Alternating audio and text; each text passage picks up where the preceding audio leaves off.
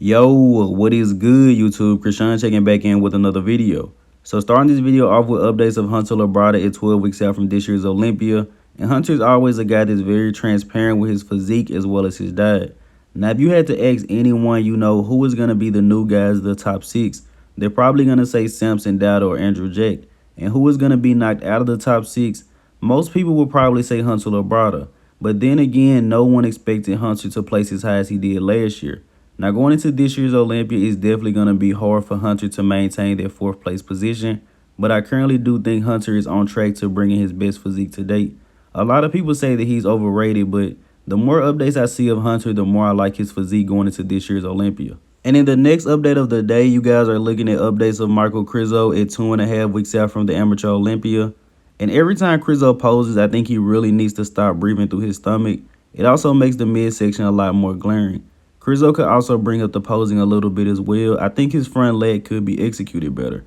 Now, after he wins his pro card, which I'm pretty sure we all have him winning, Krizo is going to do the Prague Pro Show. But I'm not sure if I mentioned to you guys, Marc Hector as well as James Hollingshead both said that they will continue to compete if they do not win the Arnold Classic UK. So Krizo is not the only guy set to do the Prague Show. Now, Marc or James haven't confirmed to be doing Prague. Marc Hector said he may do up to 3 more shows, James Hollingshead as well. But Krizo is definitely going to need to bring the backup to be competitive with the guys we have in the top 6 at the Olympia. But as I said, I believe if Krizo is able to get to the Olympia, I think he can stack up very well, around that top 10 area. And Krizo is a little younger than I thought. I believe he's only 32, 33. So he still has some time to add more size onto the physique.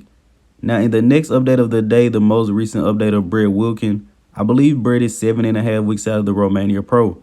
Now, Romania is the last show to qualify for this year's Olympia.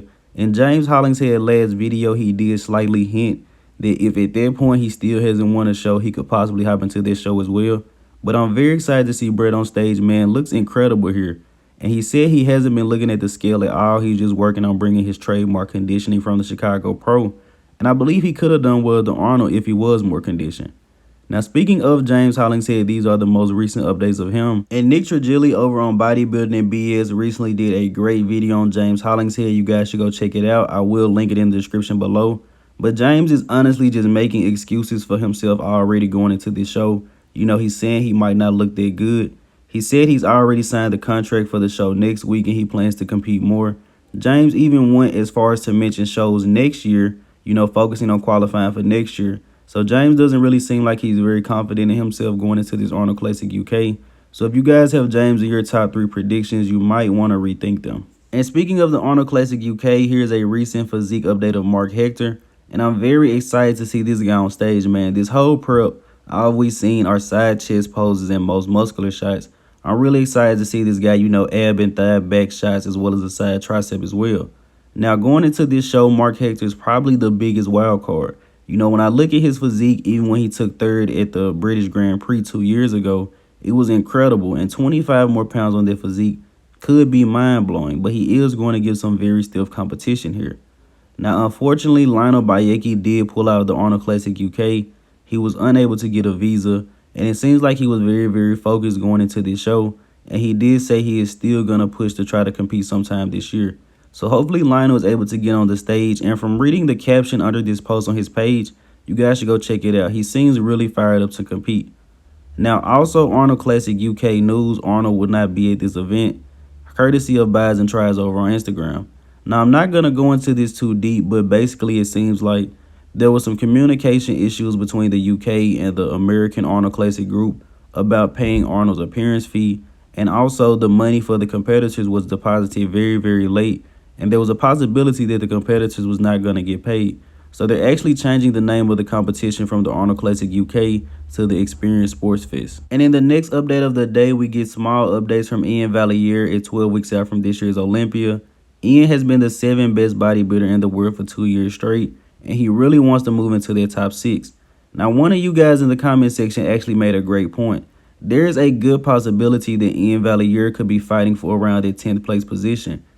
Keep in mind everyone in the top 6 places ahead of Iain again. Let's just say that happens. We have Derek Lunsford, Andrew Jack, and Samson Dowda, who are all going to be pushing their top spot. So it is likely that Iain could be fighting for their 10th place position. Now, personally, I really like his physique, but that's just crazy. This lineup is going to be so deep. You never know, guys. There are going to be some incredible bodybuilders who don't even place at this year's Olympia. In the next update of the day, it seems like Roelly Winkler is still out in Brazil working with athletes. On the left, you can see him working with Lucas Coelho, a 212 Olympia guy who is prepping for this year's Olympia. He's probably been working with Lucas the most. And on the right, he took a picture with good Vito. I did not see them train together. Could have just been a picture. Now, switching over to Keone Pearson, this is the most recent update from him. And you guys let me know in the comment section below. When Keone isn't hitting the vacuum, is the midsection a problem? But outside of that and Keone's conditioning, once again, I don't see why he can't be up there fighting for the title this year. And if Keone is able to nail it at this year's Olympia, he could possibly be making one of the biggest jumps in Olympia placings in 1 year. I believe Keone placed 14th last year, and this year I have Keone definitely in the top 5. Now, switching over to Oleh Kryvi, these are the most recent updates from him. And we haven't talked about Oleh in a while, one of my favorite 212 guys. Now, in all honesty, I don't see why Oleh Kryvi can't be up there fighting for the title, guys. I've really been not thinking about him too much, but this guy is a serious threat in the 212 division. Very good in every single shot from every single angle. He did place second at Prague last year to Ahmad Ashkanani, but then he went on to win the big man weekend. I think Oleh is going to stack up very well against these guys. 212 is going to be very competitive this year. And switching over to classic physique, these are the most recent updates of Gabriel Zancanelli. Now, outside of Rafa Brandao, Ramon Dino, and Horse MD, I believe Gabriel is probably the most popular bodybuilder from Brazil at only 23, maybe 24 years old, headed into his second Mr. Olympia. Now, he definitely looks to be a little bit bigger than last year, but still going to need a little bit more size to be pushing the top spots. But once again, he's a very young guy, has a lot of time to put on size. And I'm actually very interested to know, how far is this guy from hitting the weight cap. But while he was posing, he was actually having the eyes of Roelly Winkler on him. And it's great that Roelly is down in Brazil working with these guys who are very passionate about the sport. Now, also classic physique news, this isn't recent, but these are pictures of Robert Timms, Mr. Classic Physique. This is from his prep for last year's Texas Pro. Now, Robert did beat Logan Franklin at last year's Texas Pro, and Logan was unable to get to last year's Olympia. But Robert did say he will be coming back to compete in 2023, and his main focus, of course, is bringing the legs up. Now, ahead of this Arnold Classic UK, we get a sneak peek of Peter Molnar, and these images are courtesy of his coach, Chris the Technician Aceto, one of the best in the game. Now, this is going to be a very competitive Arnold Classic UK, even in the Classic Physique division. And you guys let me know in the comment section below, would you like to see me do Classic Physique predictions before this show? We also have Michael the Bull, who is the returning champion. We have Wesley Vissers, incredible. He's going to come in shredded. We also have Jose Burry or Metal Man. You guys let me know, do you want to see those predictions? And ending this video here with the archive of the day, let's see if you guys can guess what bodybuilder is this. As always, I hope you guys did indeed enjoy this video. If you haven't done so already, be sure to like the video and subscribe to the channel. I'm Krishan from Go Fitness, and that's it. I'm out.